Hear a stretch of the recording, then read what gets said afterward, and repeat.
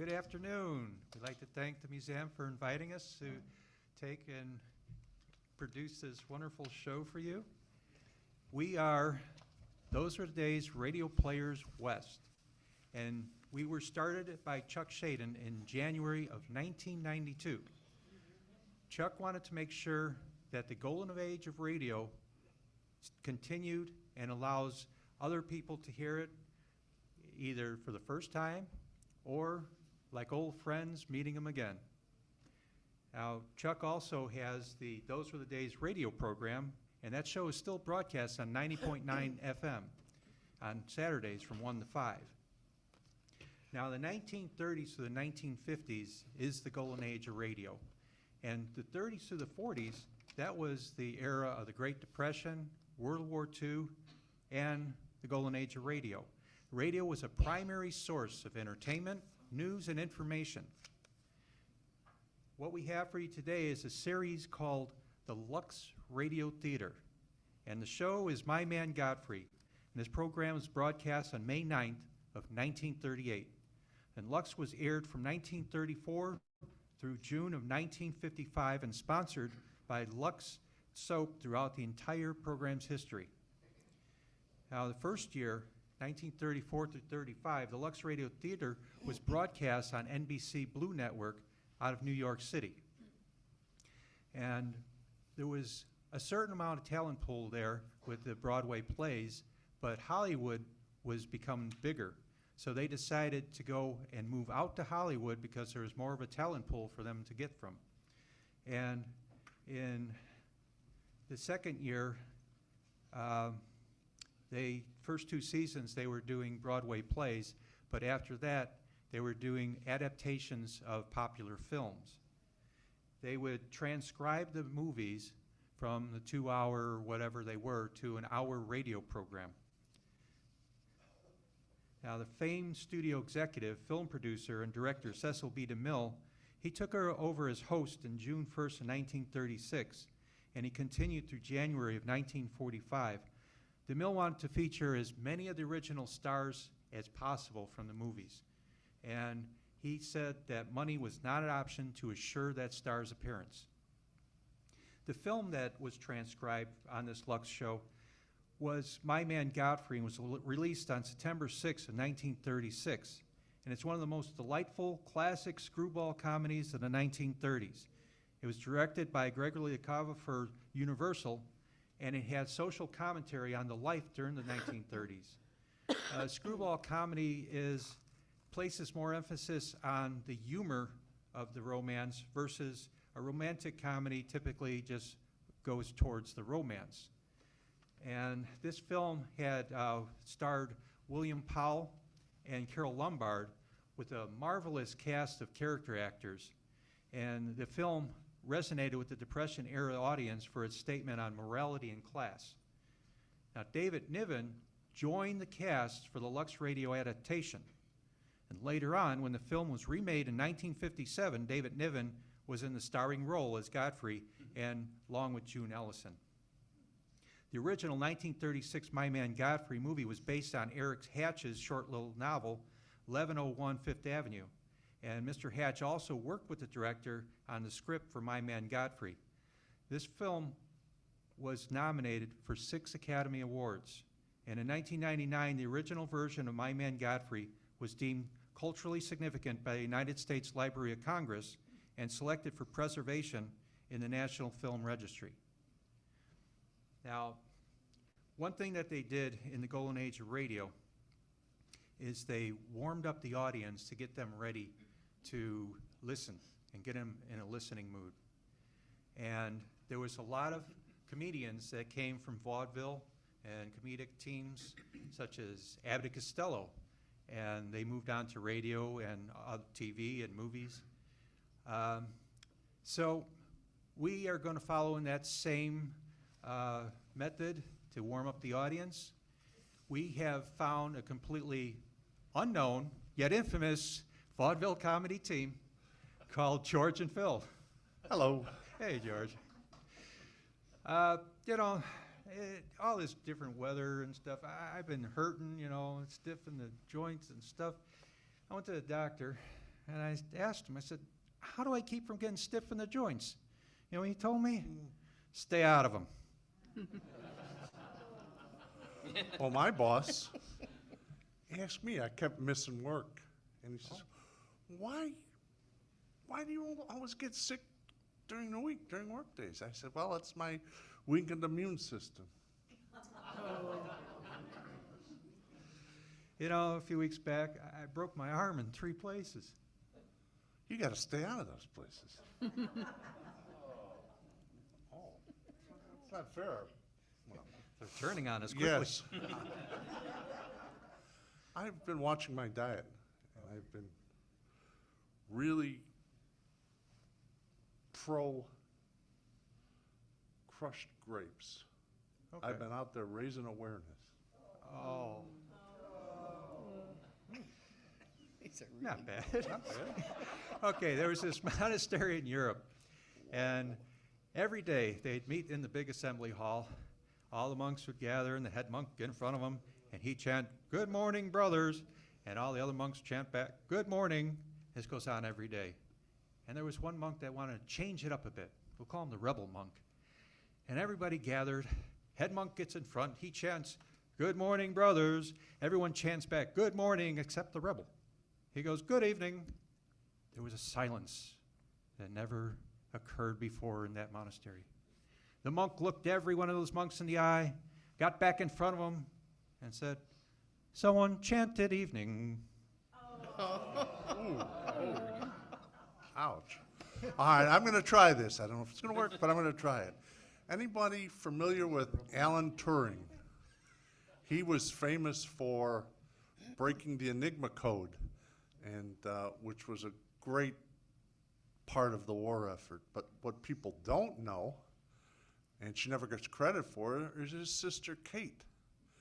She worked tirelessly to provide sandwiches and refreshments for the whole group that were working on the Enigma code. No? You know what her name? Catering? That's enough for me. I Okay. got my groans. Yeah, we made you laugh a little, but you groaned a lot. So we're going to make you clap. George and I are going to stop harvesting corn.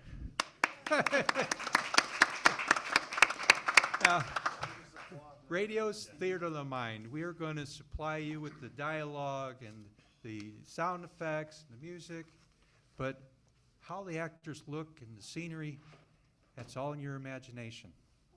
So we are going to change our costumes, our scenery, and bring you My Man Godfrey.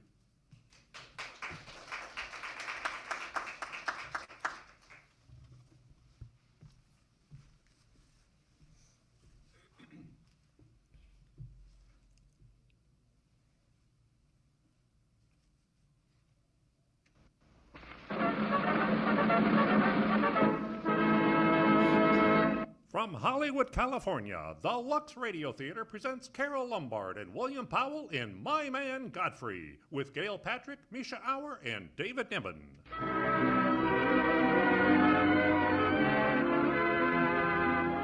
Lux presents Hollywood. First, a word of thanks to you, our loyal listeners. It's because of your continued purchases of our products, Lux Toilet Soap and Lux Flakes, we're able to bring you these programs every Monday night. Our guests tonight include Miss Madeline Fields, Carol Lombard's close friend and personal business manager, and Mr. Eric Hatch, author of the novel and co-author of the picture script on which this play is based. We take this opportunity to express our gratitude to the Women's National Radio Committee, which, representing 2 million members of women's clubs the country over, has just voted the Lux Radio Theater the best dramatic program on the air.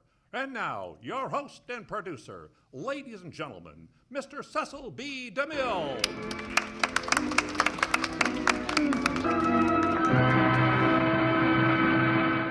Greetings from Hollywood, ladies and gentlemen. A few years ago, I selected 2 Max Sennett bathing beauties for my first talking picture, Dynamite. One of the girls was Madeline Fields, whom I thought had a future in pictures. The other was Jane Peters, whom I discharged for lack of talent. Today, Miss Peters, one of the screen's cleverest actresses, is known as Carol Lombard. And Miss Fields is Carol's personal business manager, which sometimes prompts even my best friends to tell me that I'm not the world's greatest talent scout. William Powell, who stars with Ms. Lombard tonight, started his theatrical career as an usher in Kansas City for exactly nothing a week. He reached the stage because of a 23-page letter he wrote to an aunt in Pittsburgh.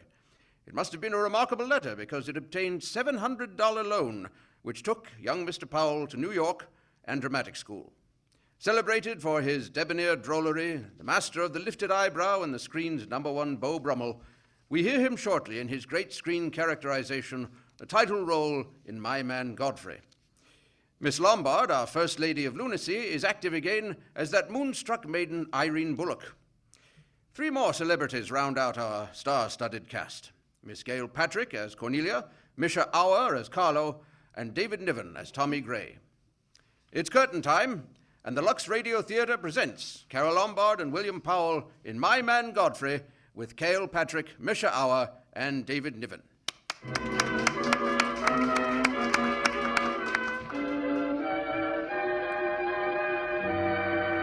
It's a gorgeous night on New York's waterfront.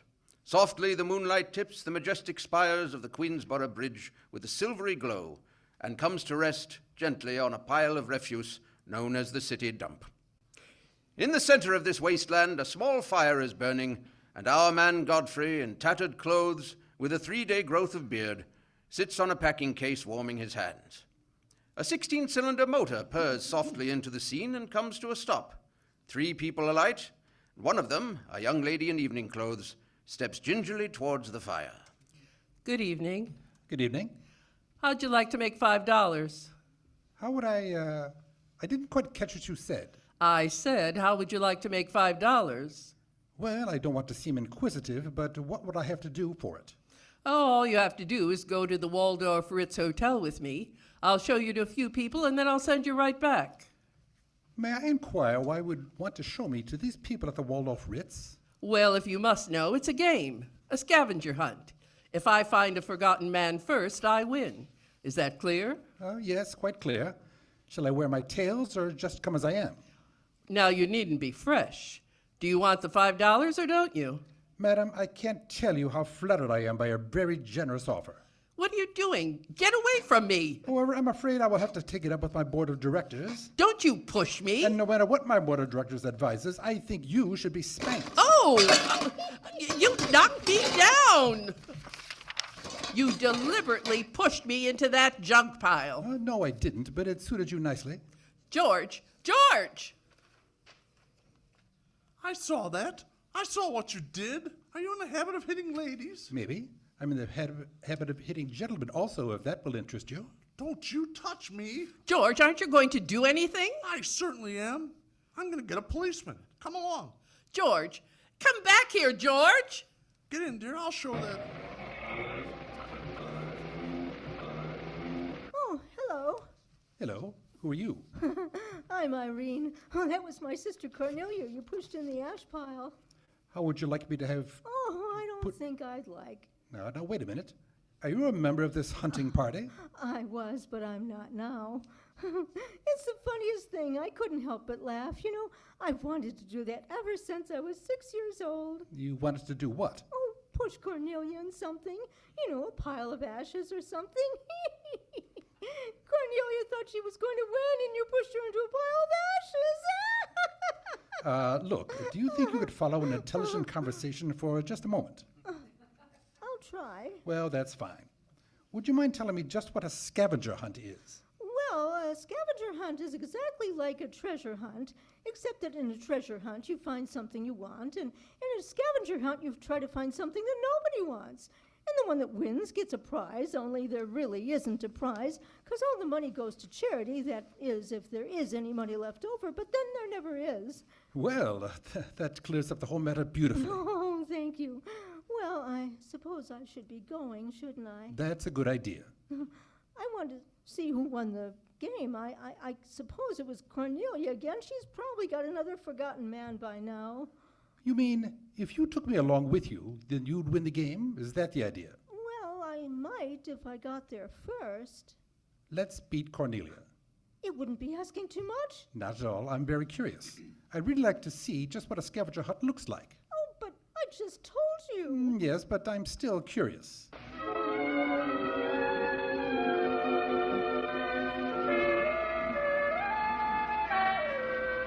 I can't believe so. Ladies and gentlemen, please. Please, ladies and gentlemen, quiet, please, quiet. Quiet now, yes, yes. Your attention, please. Miss Bullock has the forgotten man. You did it again. Here he is. Here he is. Would you mind stepping up on the platform? Yes, get up right up on the platform, Godfrey. Doesn't he look funny? Now just stand over there, between the monkey and the goat. Now then, do you mind if I ask you a few questions? Fire away. What is your address? City Dump 32, East River.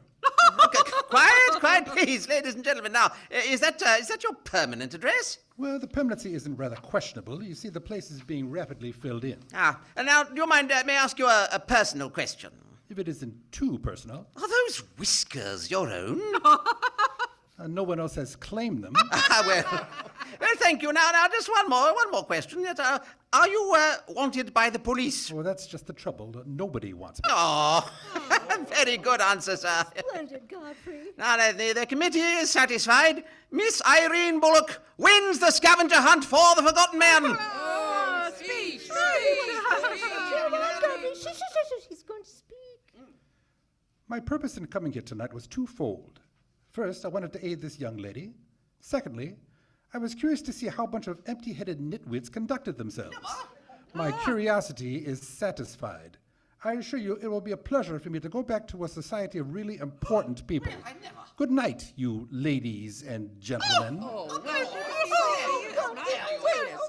I'm terribly sorry. Oh, that's all right. Oh, I'd never have brought you here if I thought they were going to humiliate you. Oh, and I'm terribly grateful. It's the first time I've ever beaten Cornelia at anything, and you helped me do it. Oh, I do wish I could do something for you. Why? Because you've done something for me, don't you see? Well, I could use a job if you got one lying around loose. Can you buttle? Buttle? Yes, we're fresh out of Butler's, the one we had left this morning. I'm afraid I wouldn't be much good at that. Oh, yes, you would. You're going to make the best butler we've ever had. You really think so? Oh, I do. Well, all right. Thank you. Oh, good night, Godfrey. Good night, Miss Bullock. Oh, good night.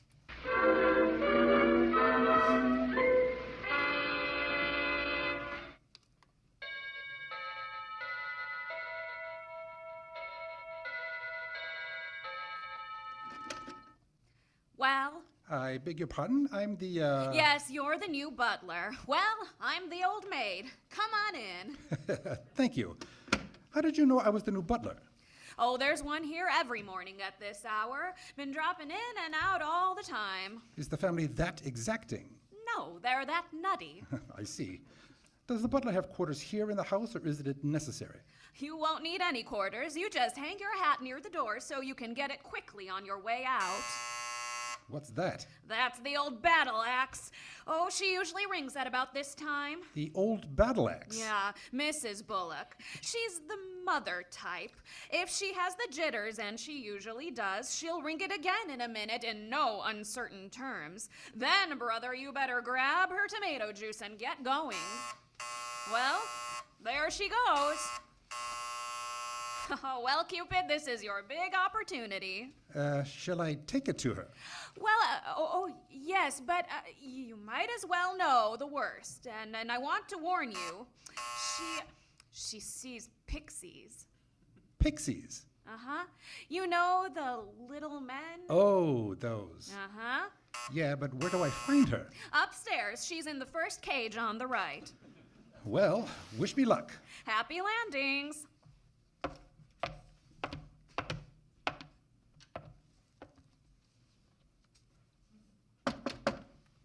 Who is it? Good morning, Miss Bullock. Good morning. What day is it, Molly? I'm, not Molly. Who's not Molly? I'm not. Oh, stop jumping up and down so I can see who you are. I'm not jumping. That's better. Now, what's your name? Godfrey. Are you someone I know? We met last night at the Waldorf Ritz. I'm the forgotten man. Oh, so many people have such bad memories. That's the truth. Will you drink this now? What's that then? Pixie remover.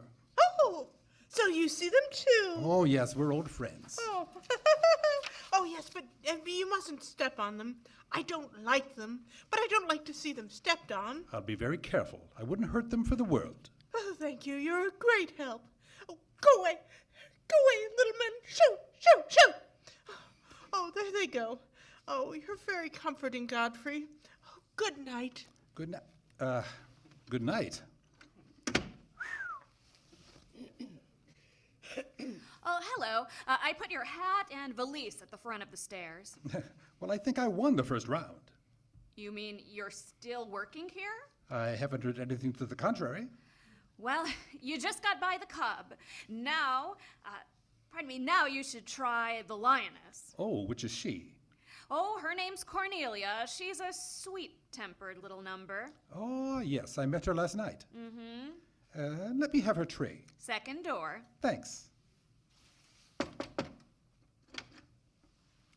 Who is that?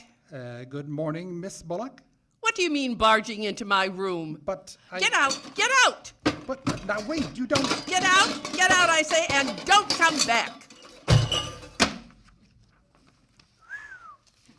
Hello again. Hello, I'm afraid I lost the second round. Hey, Molly, cut out all the noise and bring me some breakfast. Opportunity never stops knocking in this house. That's Irene. You want to try again? Here goes. Lots of luck. Good morning. I've brought you breakfast. Are you the new butler? Don't you remember? Last night? Well, what happened to Godfrey? I'm Godfrey. Oh, you look so different. What happened to those nice whiskers? Oh, turn around, let me look at you. Oh, you're the cutest thing I've ever seen. Thank you. Will there be anything else? Yes. Sit down and talk. You know, I like to talk in the morning when your head is clear, especially when you've been somewhere the night before. Sit down. Well, if you insist, but it doesn't seem very good form for a butler. Oh, you're much more than a butler. You're the first protege I've ever had. Protege? You know, like Carlo. Who is Carlo? Oh, he's Mother's protege. Oh. You know, it's awfully nice, Carlo, having a sponsor, because then he doesn't have to work and he gets more time for his practicing, but then he never does, and that makes a difference. Yes, I imagine it would. It makes me feel so mature and grown up. Oh, what does? Having a protege. You're the first one I've ever had, and it's terribly thrilling. Not only does it occupy my mind, but I think it's character building, too. Just what does a protege have to do? Oh, you just go on butling, and I sponsor you, don't you see? It's getting clearer. Well, it's really not much work, and it gives you something to think of, and it's going to be such fun. Oh, I'm sure it's going to be heaps of fun. But you see, a protege has certain responsibilities also. For instance, if someone should ring for me now, and I didn't answer, that would reflect upon you because you're my sponsor, don't you see? Yes, I suppose it would. I never thought of that. Oh, you don't know how nice it is having some intelligent person to talk to. Yes, it's been very enlightening for me, too. Oh, I just thought of something else. Do you know what you are? I'm not quite sure. Oh, you're my responsibility. That's very nice. Well, see you in church. Yes, see you in church. Goodbye, Godfrey. Goodbye, miss.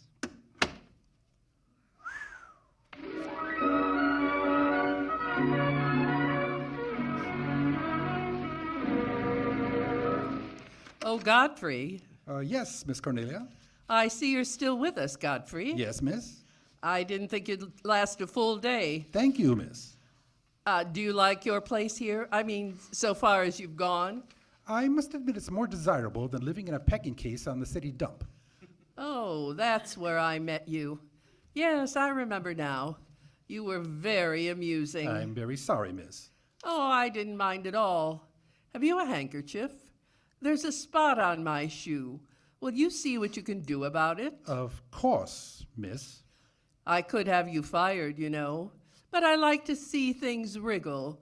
When I get through with you, you'll go back to your packing case in the city dump and relish it. I'll make your life so miserable that... Oh, Godfrey. Good evening, Miss Irene. Oh, I like your new monkey suit. Thank you for picking it out. Oh, how do you like my new lounging pajamas? I think they're very nice. Thank you. I heard what you said to Godfrey. So what? So what, you leave him alone? So who's going to make me leave him alone? Oh, if you don't, you'll get a good sock from me. Oh, the physical type. Oh, what I say goes. May I come in? You're in, aren't you? Good evening, Irene. Oh, hello, Carlo. I've just been reading a very interesting book, The Greeks of the Middle Ages. Irene would like that. You love the Middle Ages, don't you, dear? Shut up. Ah, here we all are. Ah, Mrs. Bullock, как вы поживаете?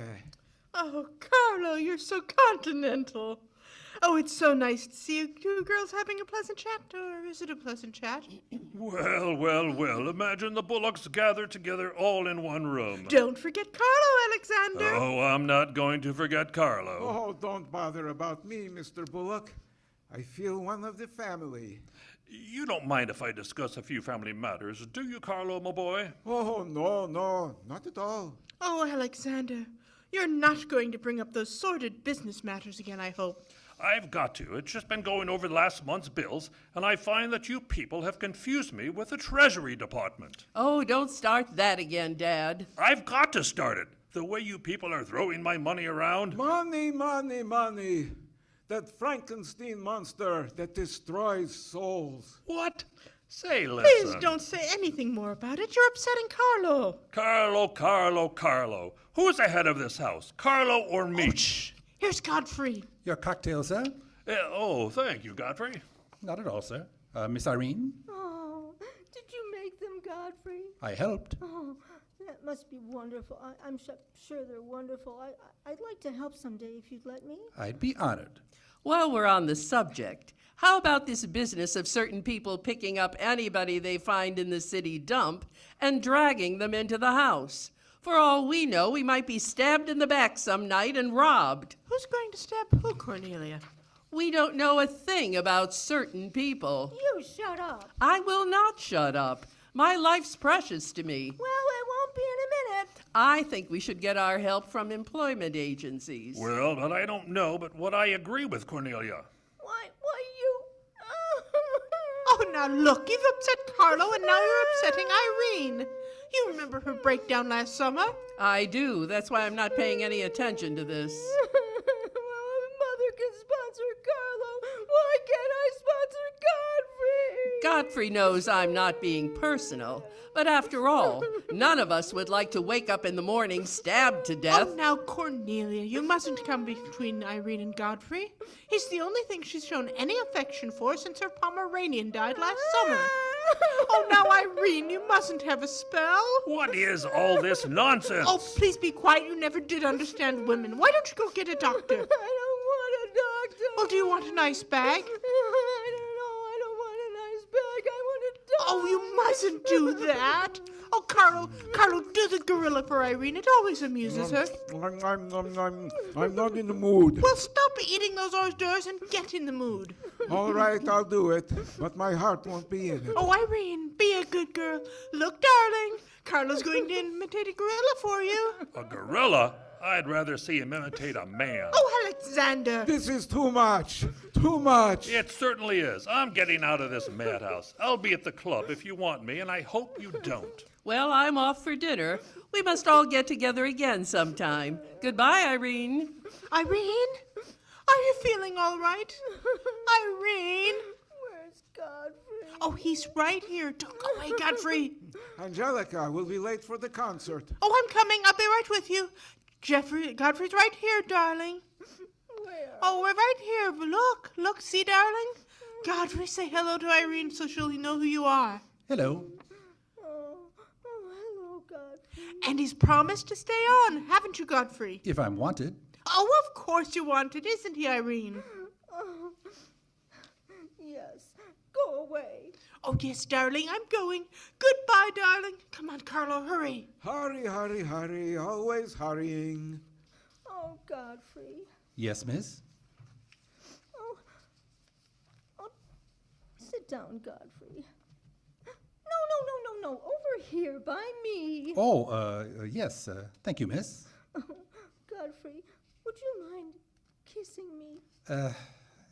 Miss Irene, I hardly think Oh, that... Godfrey. Here now. Now, wait, please. Miss Irene...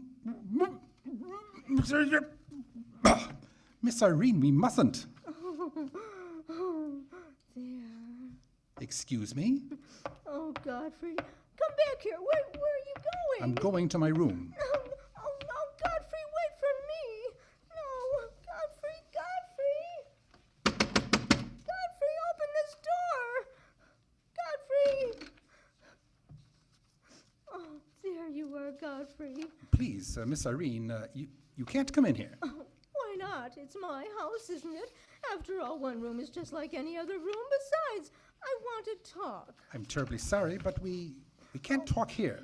Well, don't you think it's rather indecent of you to order me out after you've kissed me? After I kissed you? Of course, Godfrey. Don't you remember? Miss Irene, has anyone ever told you about certain proprieties? Oh, you use such lovely big words. I like big words. What does it mean? Well, if you want me to remain here as butler, don't you? Oh, of course. And I want to justify your faith in me by being a very good butler. And in time, perhaps filling the void created by the death of your late lamented Pomeranian. Oh, I've forgotten all about him. He had fleas anyway. Besides, you're different. Use big words and you're much, much cuter. May I tell you a story? Oh, I'd like it. Well, once there was a very sentimental little girl with a very kind heart, and she helped a man who was very grateful.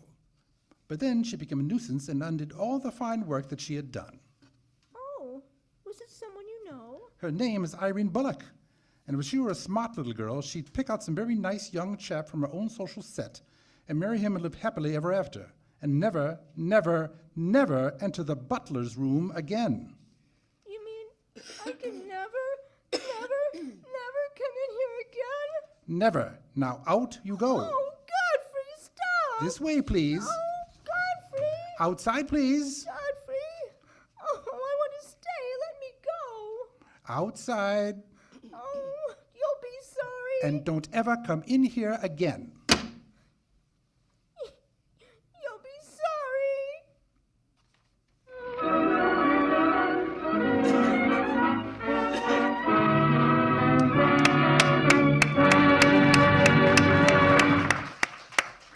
So ends Act 1 of My Man Godfrey. In a moment, our stars will be back for Act 2. Yes, Lux Flakes do cut down on embarrassing stocking runs because they save stocking elasticity.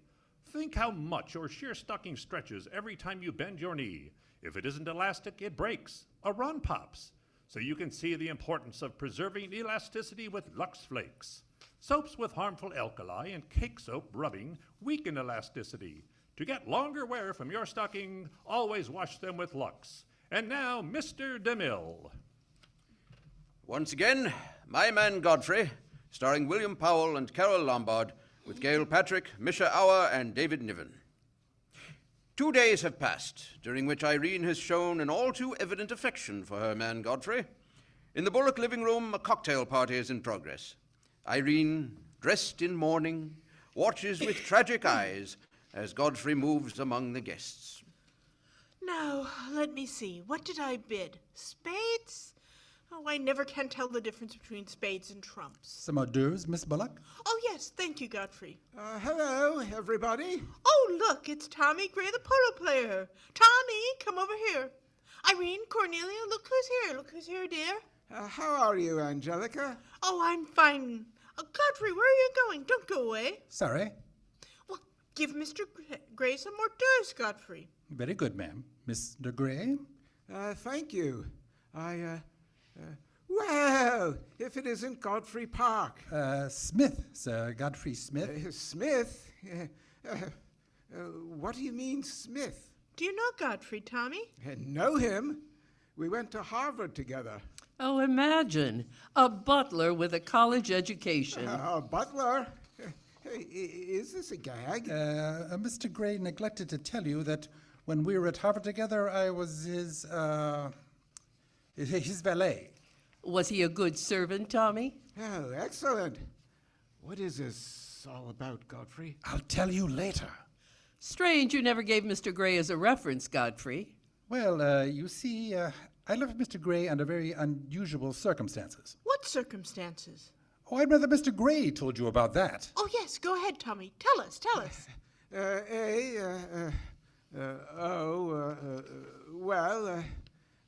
You see, Godfrey was working for us as a butler, and so forth, and things were going along very well, but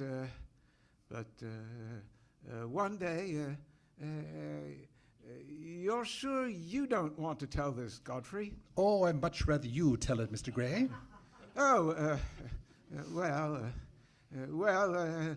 Godfrey was working for us for quite some time. One day he came to me and said, Mr. Gray, he said, I trust my work has been satisfactory. And I said to him, why, of course. Why, of course, I said. I've never had more satisfactory work in all my life. And he said, thank you, sir. He was always very courteous, Godfrey was. And then he left? Yes. What? Yes, that's it. He decided he had to leave. Why? Well, he decided in favor of his wife and 5 children. 5 children? Godfrey, why didn't you tell me you had 5 children? You never asked, Miss Irene. Well, all I've got to say is if other people can have 5 children, so can other people. Listen, everybody, I want to make an announcement about something. I want to announce my engagement. Engagement? Well, congratulations. Who's the lucky man, Irene? I say, not Charlie Van Rumple. Yes, that's who it is. Charlie Van Rumple. Oh, my goodness, Charlie Van Rumple. My goodness. Godfrey, what is all this? Meet me tomorrow, Waldorf Ritz Bar, 3 o'clock. I'll explain everything. Isn't this engagement a little sudden, Irene? You shut up. Why don't you wish her luck, Godfrey? Yes, come and congratulate Irene, Godfrey. Certainly.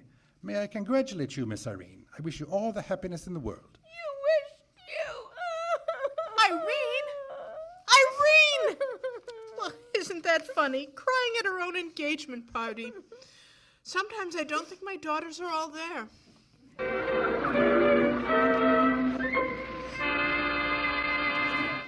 Godfrey, over here. Hello, Tommy.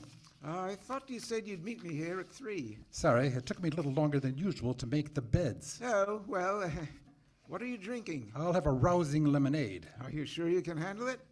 1 lemonade, 1 stinger, Joe. Yes, sir. Well, let's have it. What? The story. Well, when I wander into a Fifth Avenue asylum and see one of the parks of Boston serving hors d'oeuvres, there must be a story. Well, yes, there is, Tommy. Do you remember that little incident up in Boston? You still have that woman on your mind. No, not anymore. But I was pretty bitter at the time, so I gave her everything I had and it just disappeared. And? Well, Tommy, it's surprising how fast you can go downhill when you begin to feel sorry for yourself. And boy, did I feel sorry for myself. I wandered down to the East River one night thinking I'd just jump in and get it over with. But I met some fellows living there on the city dump, fellows who were fighting it out and not complaining. I never got as far as the river. What happened? I did all sorts of things just to live. Then something happened. I got a chance to take this job, butling, a chance to rehabilitate myself. I took it. And that's all? That's all. But someday, Tommy, I'm going to do a little rehabilitating around this dump. And that's why I'm glad I met you. Me? You're going to help too. Excuse me, Mr. Gray? Yes? You're wanted on the phone, sir. I'll be right back, Godfrey. Righto. Good afternoon, Godfrey. Oh, good afternoon, Miss Cornelia. May I sit down? Well, the mystery's solved, isn't it? The mystery, Miss Cornelia? Yes. Now I know what a butler does on his day off. When you worked for Mr. Gray, were the two of you always this chummy? You see, I worked for Mr. Gray a long time, and we got to be... I see. Well, if you can be so chummy with Grays, why can't you be chummy with the Bullocks? I tried to keep my place. Why? You're very attractive, you know. As a butler? No, as a smith. You're a rotten butler. Sorry? Are we going to be friends? I feel that on my day off, I should have the privilege of choosing my friends. You can't go on like this forever. You really like me, and you're afraid to admit it, aren't you? Do you want me to tell you what I really think of you? Please do. You won't hold it against me. It's your day off. Very well. Miss Cornelia, you belong to that unfortunate category that I would call the Park Avenue brat. A spoiled child who has grown up in ease and luxury, who has always had her own way, and whose misdirected energies are so childish that they hardly deserve the comment even of a butler on his off Thursday. Thank you for a very lovely portrait. Goodbye for now. I'll see you down by the ash pile.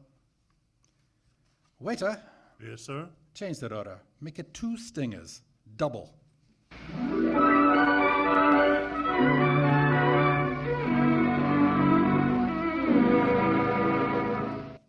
Molly, Yes, Miss Irene? what are you doing? Sewing some buttons on a coat. Oh, is it his coat? Yes, the coat is his. Oh, I'd like to sew on buttons sometime when they come off. I wouldn't mind at all. I could do it right down here in the kitchen. Well, he doesn't lose very many. He's very tidy, isn't he? Yes, he's very tidy. What does he do on his day off? He never tells me. He's probably sitting somewhere with some woman on his lap. Yes. He's the meanest man I know. Oh, I think he's very mean. I suppose he's sitting somewhere with somebody in his lap that doesn't even care for him at all. And as far as I know, maybe his children are all there too, calling him. Oh, I can't bear it. Oh, please don't. You too? Yes. Oh, Molly. I know exactly how you feel. Good evening. Godfrey? How about a quartet? For tomorrow may bring sorrow, so tonight let us be gay. Hiya, Toots. Godfrey, look at you. Where have you been? A friend of mine drinking rousing lemonade. Mother, Irene, everybody come here quick. Oh, what's the matter, Miss Cornelia? Mother, Father, Now what's the matter? What's going on around here? Father, my pearls. What about your pearls? They've been stolen. Stolen! Oh, that's terrible. What'll we do? Well, let's call the police. That's what we'll do. That's the idea. Call the police. Here, Sieben. give me the phone. You don't have to bother. I've already called them. And I think I know who did it. In fact, I'm almost sure. What do you think, Godfrey? Hiya, Toots.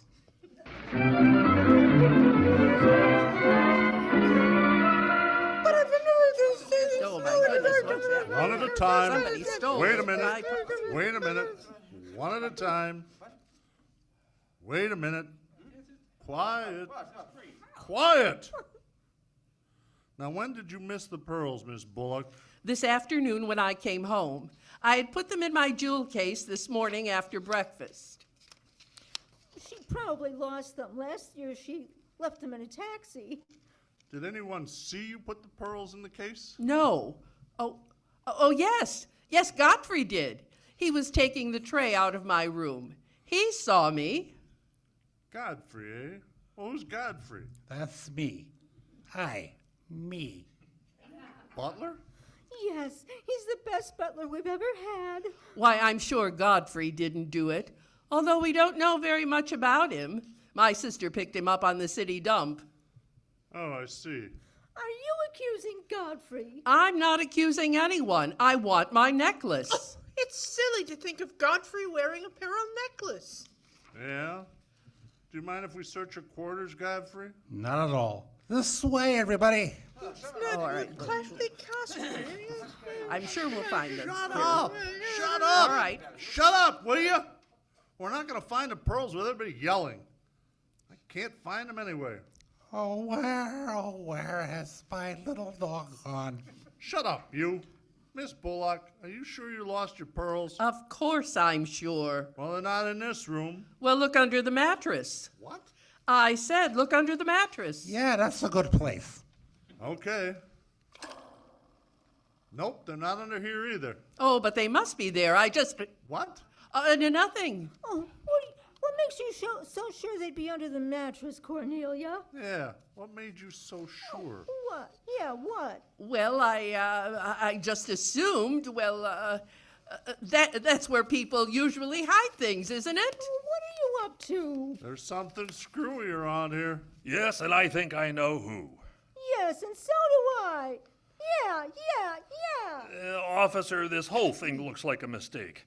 Now, if you'll just forget about it, I'd be very much obliged. My daughter is,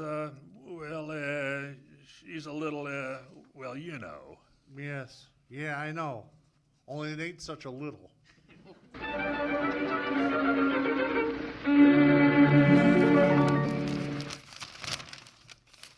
Your coffee, sir? Listen to this, Godfrey. Ms. Bullock and her 2 daughters sailed yesterday for a holiday cruise around the world. It is rumored that the younger daughter, Irene, is trying to forget a broken engagement from yet another heartthrob, which is the real reason for the trip. Well, what do you think of that? It is a little quieter, sir.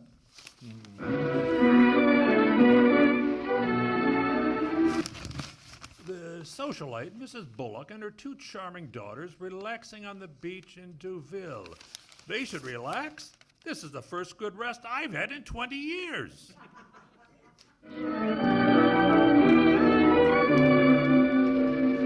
Expected home next week. Godfrey, they're coming home? Yes, sir. Your breakfast, sir? Never mind the breakfast. Just bring me a cup of coffee and 4 aspirins.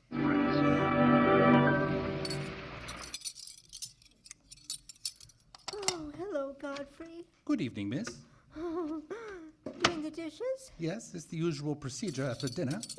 It's nice to be home again, Godfrey. It's nice to have you. Oh, did you mean it this afternoon when you said you missed me? Why, yes, of course I did. Oh, did you miss Cornelia or me or just me? Oh, I may have missed you a little bit more than I did Cornelia. Why? I'm glad, because if you missed Cornelia, then it probably would have meant that you missed me less. Oh, you look so cute in your apron. Will you let me do something if I ask you? Well, what do you want to do? Wipe. Oh, all right. Then you can tell me all about your trip. Oh, you wouldn't get mad? Why should I? Oh, well, because every place I went, everybody was Godfrey. I don't want to seem dull, but I do seem to have a little trouble following you at times. Well, for instance, whenever I'd gone to a restaurant in Paris or someplace, I'd close my eyes and I'd say that the waiter was Godfrey, and I was home and he was serving me dinner. Oh, it made everything taste better. And then we went into Venice, and one night we went for a ride in one of those rowboats with the man pushes with a stick. Not a matador, no, that was in Spain, but something like a matador. Do you by any chance mean a gondola? Oh, yes, that was the name of the boat, and the man that pushed it sang, and he looked just like you. Oh, it was wonderful. I didn't even mind the smell. Look, do you mind if we talk a little bit while you catch your breath? Oh, I'd love it. Well, while you've been away, I've been doing some things also. I've been trying to do things that I thought would make you proud of me. Oh, I was proud of you before I went away. Oh, yes, but I mean prouder still. You see, you helped me to find myself, and I am very grateful. Oh, you make such a wonderful husband. I am afraid not. You're just grateful to me because I helped you beat Cornelia. And I'm grateful to you because you helped me to beat life. That doesn't mean we have to fall in love. Well, if you don't want to, but I'd make a wonderful wife. Not for me, I'm afraid. But we are friends, and I feel a certain responsibility to you. That's why I wanted to tell you first. Tell me what? Well, I thought it was about time that I was moving on. Oh, Godfrey. Oh, now, please. I won't cry, I promise. Ah, that's fine. Now, after all, I'm your protege, and you want me to improve myself, don't you? Yes. Well, that's very sweet. When are you leaving? Oh, pretty soon. But I'll call you up every now and then. We'll have long chats, and I'll tell you about how we're going to get along, and we'll have lots of fun. Are you going back to her? To whom? Your wife. Wife? Oh, oh, she was just a fabrication. Oh, well, then you aren't married? Of course not. And then there aren't any 5 children? Well, there couldn't be very well. Oh, Godfrey. Oh, Godfrey.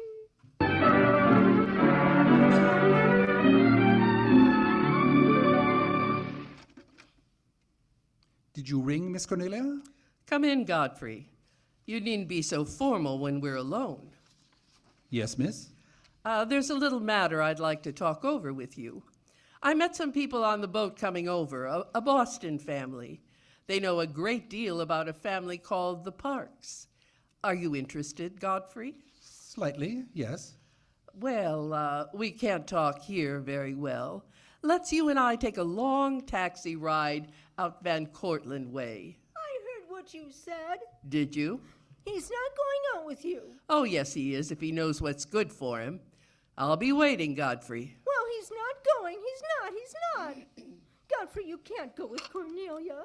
But I didn't say I was going any place with Miss Cornelia. I know, but you will. She always gets her own way. She makes everybody do what she likes. Why should you care whether I meet or not I meet her? I do care. That's why. And Cornelia's the one who doesn't care. But I think I should be able to decide these things for myself. Oh, Godfrey. I don't want to be annoying, but... Oh, Miss Irene. Here now, get up. Open your eyes. You hear me? Open your eyes. Now, if you're faking another spell, you're on the wrong track. Are you faking? Oh, you're not, huh? All right, we'll soon find out. Now, up she goes. That's the girl. Now I'll just carry her inside. Godfrey knows how to take care of little Irene when she faints. Godfrey will take care of everything. Right on, here we go. Does Irene know where she is? Now? No, Irene has her eyes closed. She's fainted. But Godfrey will soon fix Irene. Just sit right there. That's the girl. Now everything will be fine in just a moment. The best thing for the faints is a nice cold shower bath. Ah, there. You'll be fine in a minute. Godfrey, come back here. Godfrey, where are you going? Godfrey. What happened? Oh, Mother, he Irene, loves me. you're all wet. Oh, Mother, he loves me. Godfrey loves me. He put me in the shower. Godfrey loves me. He loves me. He loves me. He put me in the shower. What?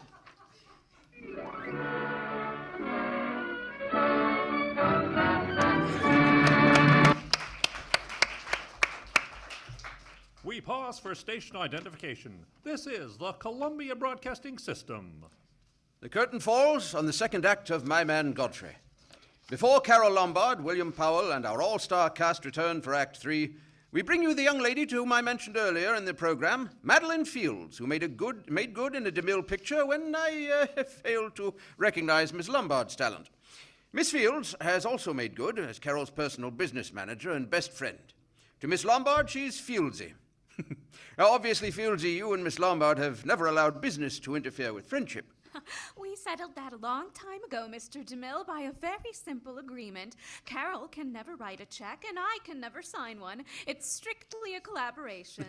Are you also in collaboration on that new home Carol is going to build out in the San Fernando Valley? No, that's going to be entirely a Lombard production. She's designing it herself, a nice rambling farmhouse, 10 acres, chickens, barn, milk house, smokehouse, and a swell barbecue pit. Now, tell me confidentially, is Carol off the screen anything like the Irene in our play? Oh, far from it. Carol always goes around telling people she'd be lost without me. I'm glad she thinks so, but she wouldn't be. She's got those 2 feet of hers planted squarely on the ground. She runs the house, does her own ordering, and a big time to Carol is having in a few friends for an evening of bridge. However, she did give me a real scare when we had that flood a few weeks back. She left bright and early one morning before I awakened and didn't come home until late that afternoon, covered with mud, and when I asked her where she'd been, she said, "Oh, just out." Now, later I learned that she'd taken her car, filled it with food and clothes, and rushed out to the flood area to do what she could. Carol's like that. Now, what can you tell our lady listeners about the Lombard Wardrobe? Well, only that she likes simple clothes, particularly sports things, and if she has a favorite color, it's white. She takes very good care of her clothes, too. Come up to the house sometime, Mr. DeMille, and I'll show you what we think of Lux Flakes. Now, that big blue box is busy every day keeping her things fresh as a daisy. That's an invitation I won't forget. And if you want to make an impression, bring a tree. A tree? Couldn't we compromise on an acorn? Not very well, Mr. DeMille. Carol, you see, is going to landscape the farm herself. And at the moment, any tree that will help make a good windbreak will be gratefully received. I'll remember that at Christmas time. Oh, but I can't wait that long. So from this point on, Carol will have to speak for herself. Thanks for having me. Good night, Miss Fields. William Powell and Carol Lombard continue in My Man Godfrey with Gail Patrick, Misha Auer, and David Niven.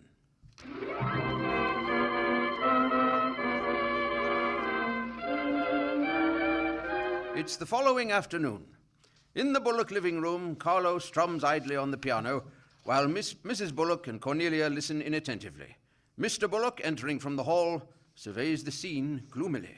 Oh, Chichornia, oh, Chichornia, oh, Chichornia, oh, Chichornia. Shut up! What? What did you say? I told him to shut up. Well, I never. And you can shut up with him. Oh. And you too, Cornelia. I didn't open my mouth. Well, don't. Listen and listen carefully because it hurts me to repeat it. The Bullocks are broke. What? I am broke, you are broke, she is broke, we're all broke. Not only that, but I've been using the company's money for the last month to speculate with, and I've lost. Do you hear that? I've lost. That means I'm an embezzler. Unless I get hold of a lot of money by the first of the month, I'm going to jail. Ha ha. Now, isn't that an interesting story? Well, I certainly think it was foolish of you. You had no right to do it. An embezzler. And to think I've been a guest in your house. Is there nothing left? Not a cent. Ah, your food and drink have turned to dirt in my mouth. What? That settles it. Carlo, would you mind stepping into the hall for a moment? What for? Well, I want to speak to you as man to man. You have found a way out? Yes, for one of us anyhow. This way, Carlo. Excuse me, please. Well?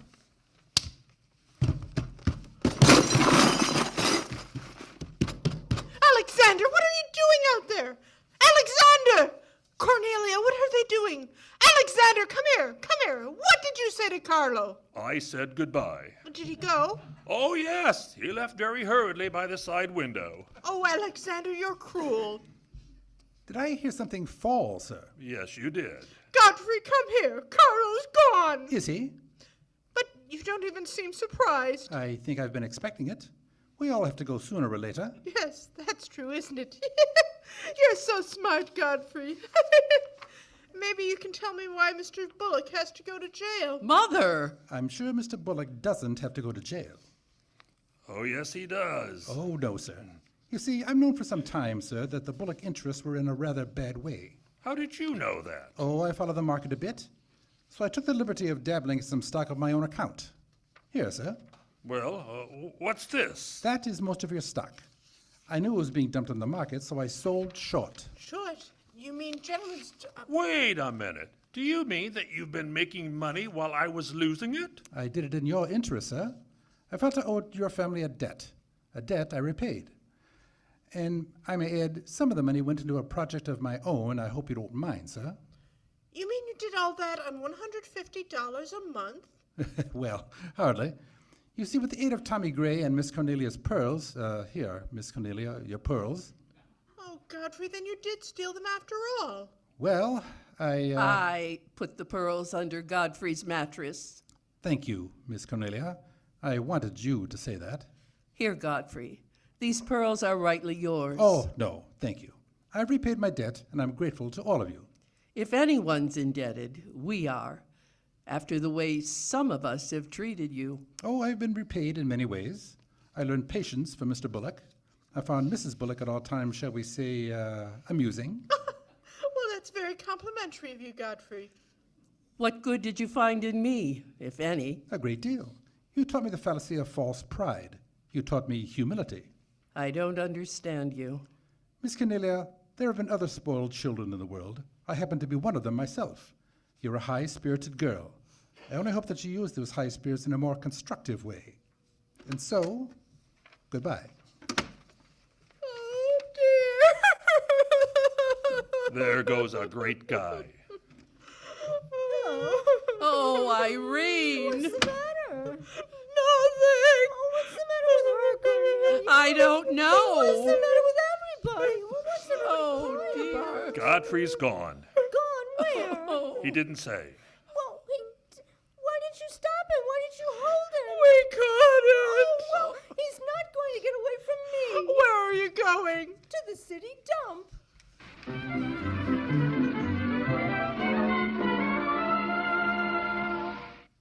Well, this is it, Tommy.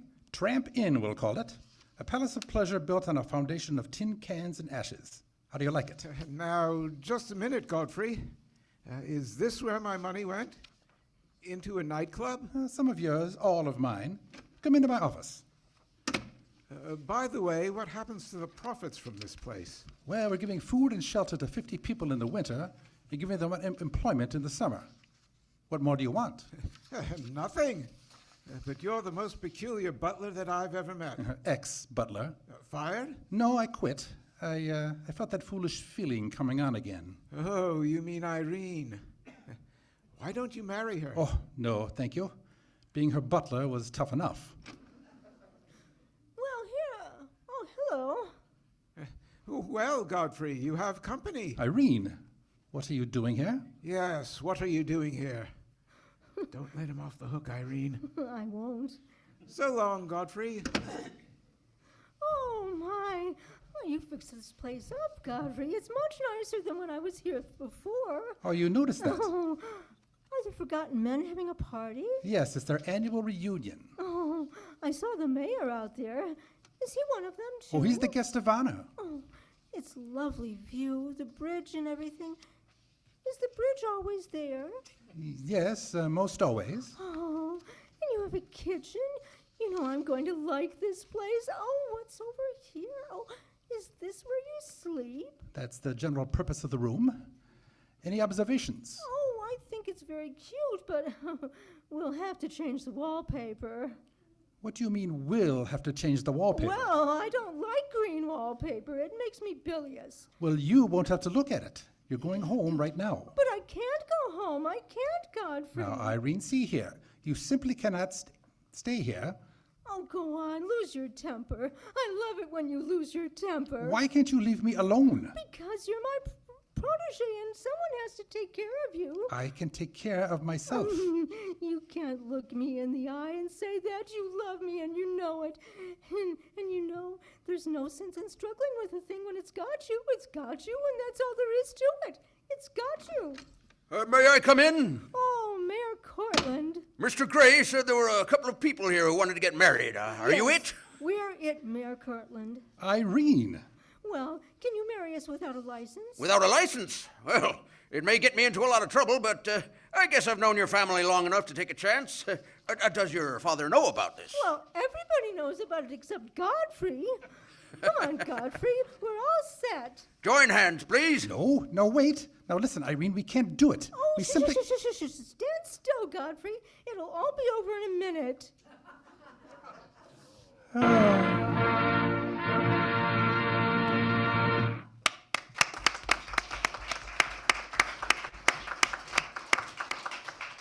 So ends My Man Godfrey.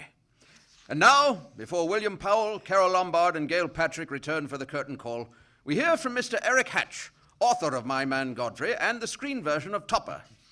Tonight's story was turned down by nearly every studio in Hollywood. Finally, produced by Universal, it became the first of the current cycle of comedy romances. It's also unique in that it was shot off the cuff, a Hollywood term which perhaps you'll explain to our audience, Mr. Hatch. Well, shooting off the cuff, ladies and gentlemen, is shooting without benefit of the usual prepared script or scenario. The lines are made up on the set as the action progresses.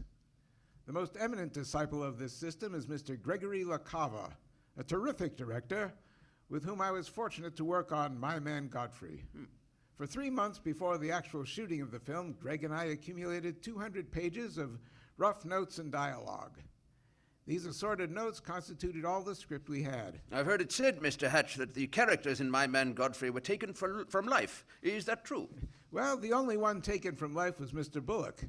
I patterned him off a friend of mine, a banker. Lots of people have confided that they know exactly who he is. But oddly enough, no two persons have named the same man. And as one of those responsible for the current deluge of so-called crazy comedies, how long do you think their popularity is going to last? Well, this may sound strange, Mr. DeMille, but Godfrey to me was never a crazy picture. Godfrey was a pretty serious man. And comedy, in my opinion, must have a certain serious touch if it's going to amount to anything. If the men who produce pictures happen to agree with me, then I believe this so-called trend will last indefinitely. You've done a great job with Godfrey tonight, and to Mr. Powell, Miss Lombard, and all the others who participated, my sincerest gratitude. Thank you, Mr. Hatch. And here, ladies and gentlemen, are William Powell, Carol Lombard, and Gail Patrick. Please. And I'd like to know, Carol, what's all this talk about you and a farm? I can't quite picture the glamorous Lombard hoeing the potato patch. Well, in the first place... Yes, you and Fieldsy said something about a smokehouse. You mean every time you want to light a cigarette, you've got to go out But, Gail, you don't understand. Now, a smoke... Carol, are you going to have chickens? Yes. What kind are you going to raise? A Jersey Holstein or Guernsey? Well, whatever's best. Probably Holstein chickens. Oh, splendid. How about some nice Plymouth Rock cows? Look, I admit, I don't know anything about farming, and I don't care anything about what people think. I think it's a swell idea, and what's more, I'm studying farming. I'm going to take a correspondence course from the University of California. Carol, when you write your next lesson, I wish you'd ask those college professors a question that's been puzzling me for some time. Don't tell me you're turning into a farmer too, Bill. Oh, no. My question has nothing to do with farming, Gail. What I'd like to know is this. Now, in our play, Godfrey marries Irene. Yes. Now, do they or do they not live happily ever after? Does he change her? Does she change him? Or do they both stay and go on and make a go of it? As the celebrated detective of the Thin Man films, what's your own deduction, Bill? Absolute zero. I don't know. Well, there's one way of finding out. What's that, CB? Make another picture. Let's ask our audience right now to drop a line to the Lux Radio Theater telling us whether they would like to see more of Godfrey and Irene as Mr. and Mrs. Godfrey. If they answer yes, I feel pretty certain that those letters will help to bring another Godfrey film to the screen.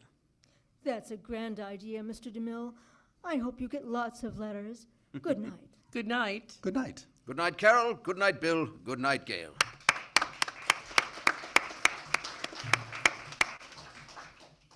And now, Mr. DeMille with news of next Monday's show. Park Avenue and 10th Avenue never meet in New York, but they cross next Monday night in the Lux Radio Theater when we bring you a romance successful on stage and screen, The Girl from 10th Avenue. In the title role, you'll hear the charming Loretta Young and co-star the popular George Brent.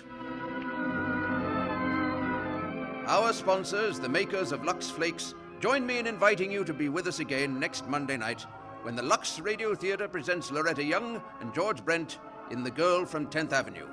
This is Cecil B DeMille saying goodnight to you from Hollywood.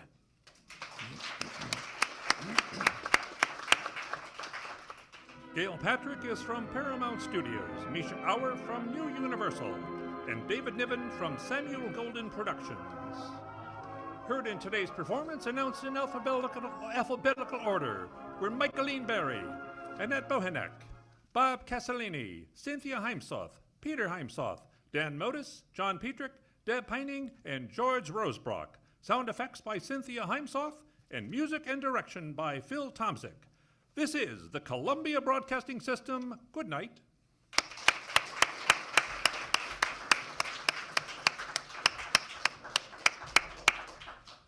What a wonderful show. That's a nice program. I just wonder, does every groom get told that? Shh, just wait a minute. It'll be over in a minute. Just be quiet. I did. No. Well, that's our program for today. And we want to open it up to audience. Do you have any questions or comments or corny jokes that George and I could steal like Milton Berle?